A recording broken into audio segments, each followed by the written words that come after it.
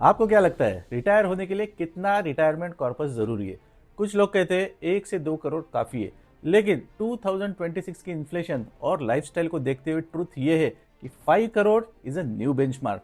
सुनने में नंबर बड़ा लगता है, राइट? और शायद आपके दिमाग में अभी एक सवाल और होगा, इतने पैसे जमा कैसे होंगे? But today on easy finance मैं आपको बताऊंगा द रियलिस्टिक मैथ, कैसे एक नॉर्मल सैलरी के साथ कोई भी 5 करोड़ का कॉर्पस बिल्ड कर सकता है, अगर वो सही समय पे इसकी शुरुआत करे तो।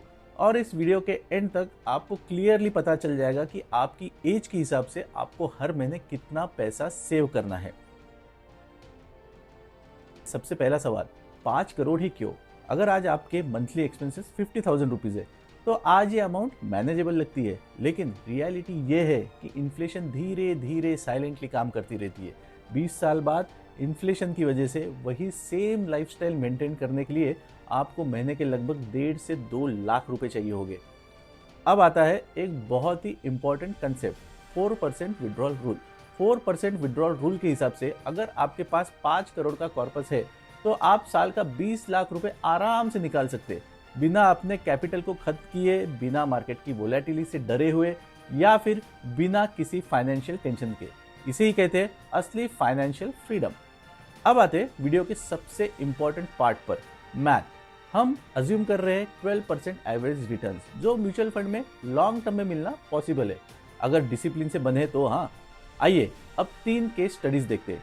केस 1, अमित की एज है 25 ईयर्स और उसे 60 ईयर्स पे अपने रिटायर होना है, यानी उसके पास रिटायरमेंट प्लानिंग के लिए 35 ईयर्स का टाइम है। अब अमित को 5 करोड़ का कॉर्पस बनाने के लिए हर महीने 9,000 रुपीज सेव करने होंगे। यहाँ एक बड़ा पॉजिटिव पॉइंट ये भी है कि अमित अभी करियर की स्टार्टिंग स्टेज में है। जैसे जैसे उसकी इनकम बढ़ते जाएगी वैसे वैसे वो अपनी सेविंग भी बढ़ा सकता है, जिससे वो और ज़्यादा वेल्थ एक्यूमुलेट कर सकता है। केस नंबर 2 है जयेश के बारे में। जयेश की एज है 35 ईयर्स और उसे भी अपने 60 ईयर्स पे रिटायर होना है, लेकिन अब उसके पास रिटायरमेंट के लिए सिर्फ 25 ईयर्स बचे। तो वही 5 करोड़ का कॉर्पस बनाने के लिए उसे मंथली 25,000 रुपीज सेव करने पड़ेंगे। अमाउंट थोड़ा ज़्यादा है, लेकिन अभी भी प्रैक्टिकल और रियलिस्टिक है। यहाँ जयेश भी अपनी इनकम के साथ बढ़ते बढ़ते सेविंग को बढ़ा सकता है और थोड़ी ज़्यादा वेल्थ एक्यूमुलेट कर सकता है बिना किसी अननेसेसरी स्ट्रेस के। केस नंबर 3, दीपक की एज है 45 ईयर्स और उसके पास रिटायर होने के लिए अभी सिर्फ 15 साल बचे हैं, और अगर उसे ये 5 करोड़ का गोल अचीव करना है तो हर महीने लगभग 1 लाख से भी ज़्यादा सेव करने होंगे। हाँ, थोड़ा प्रेशर तो आने वाला है। तो अब मॉरल ऑफ द स्टोरी क्या है? जितनी जल्दी सेविंग शुरू करेंगे उतना कम खून पसीना लगेगा। अब मान लीजिए इस कैलकुलेशन के मुताबिक आपको 30,000 रुपीज़ महीने के सेव करना है, लेकिन आप अभी 20,000 ही कर पा रहे हैं, तो ये केस में क्या करें? डोंट वरी, यहाँ काम आती है स्टेप अप SIP स्ट्रैटेजी।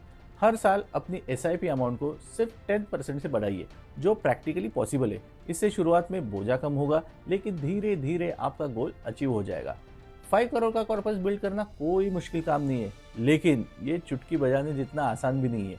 पूरा खेल डिसिप्लिन और कंसिस्टेंसी का है।